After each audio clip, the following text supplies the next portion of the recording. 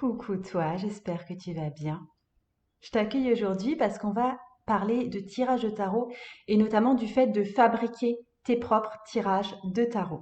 On n'attend pas plus longtemps, on y va tout de suite.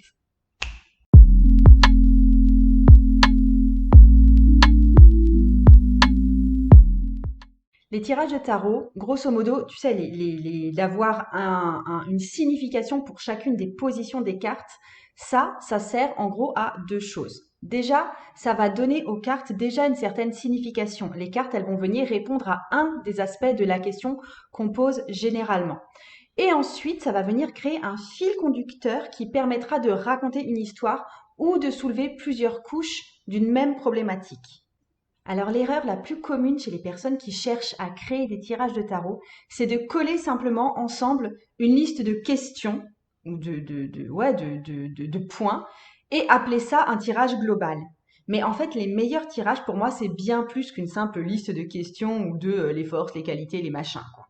En fait, pour qu'une histoire puisse émerger d'un de tes tirages, tu vas essayer de mettre en place des positions qui résonneront les unes avec les autres, au lieu de les déconnecter les unes des autres. Pour le tirage, par exemple, de la croix celtique, alors pour la croix celtique, si tu connais pas les positions de ce tirage, qui est quand même un gros classique, je t'explique toutes les positions de tirage dans une autre vidéo, je te mets le lien de cette vidéo en dessous. Donc le tirage de la croix celtique, c'est un bon exemple de tirage avec des positions justement qui se répondent les unes les autres, comme ce qui est conscient, ce qui est inconscient, l'énergie qu'on dégage, l'énergie qui nous impacte, etc. Et en fait, les meilleurs tirages de tarot, ça permet au lecteur de connecter les cartes entre elles naturellement et de relier les cartes entre elles.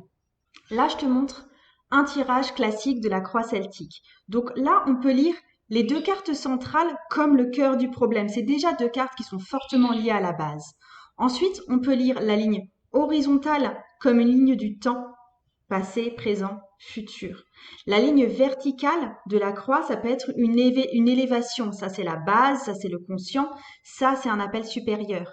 Et ensuite, toute la ligne verticale qu'on a sur le côté, c'est les circonstances, c'est les résultats. Donc tout ça pour bien t'illustrer comment, dans la croix celtique, ce tirage particulier de la croix celtique, et c'est pas pour rien qu'il est aussi connu, toutes les cartes vont finir par se répondre les unes les autres pour former un tout cohérent.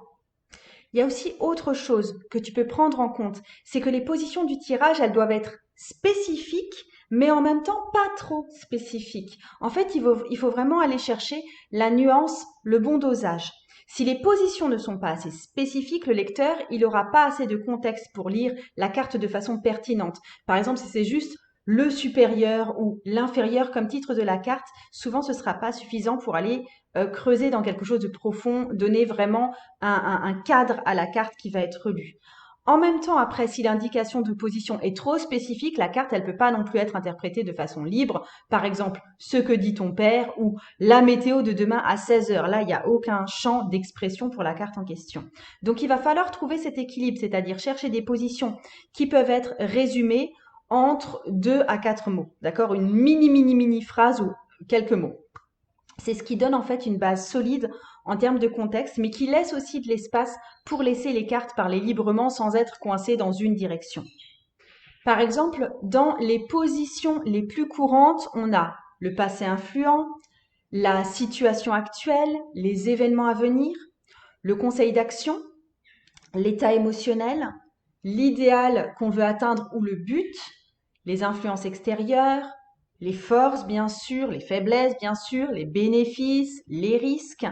Mais on peut aussi avoir d'autres positions un petit peu plus originales, un petit peu plus exceptionnelles. Par exemple, un message d'ouverture, le thème présenté ici, le challenge affronté, l'ombre présente qu'on n'a pas vue, une bénédiction qu'on va recevoir, les obstacles, un message de fin, de clôture du tirage. Donc ça, c'est d'autres possibilités également qui marchent bien. Ces astuces, elles sont utiles. Donc, d'une part, pour créer tes tirages, mais aussi pour choisir parmi tous les tirages disponibles, ceux que tu as envie d'essayer pour toi. C'est vrai qu'on a beaucoup de tirages disponibles à l'heure actuelle sur Internet, dans les livres, etc. Et du coup, comment est-ce que tu vas déterminer les bons tirages pour toi? Tu peux le faire par rapport aux positions qui sont proposées en fait. Avant d'essayer un tirage, tu peux te demander, est-ce que les positions de ce tirage se parlent les unes aux autres? Un peu comme une bande dessinée en fait. Et demande-toi aussi, est-ce que les cartes peuvent s'exprimer ou est-ce que les positions les enferment dans une interprétation unique? Et enfin, dernière question, est-ce que j'ai le sentiment que ce tirage précis va me permettre de dérouler une histoire cohérente? Je conclus en te disant que le fait de créer des tirages, c'est presque un art. Franchement, j'en crée très rarement moi-même, mais quand je le fais, il y a vraiment une intention derrière. Et en fait, comme tous les arts, plus tu pratiques, meilleur tu seras. Ok? Donc, essaye pas d'être toujours parfaite dès le départ. C'est parce que tu n'y arriveras pas tout simplement dès le départ à être parfaite. Mais essaye et ensuite tu trouveras de plus en plus ce qui marche le mieux pour toi. Et garde une attitude curieuse, sois en éveil, profite du chemin que tu parcours parce que c'est comme ça que tu prendras le plus de plaisir et comme ça que tes tirages seront aussi le plus attirants pour les autres. Je t'embrasse bien fort. À très bientôt. Salut.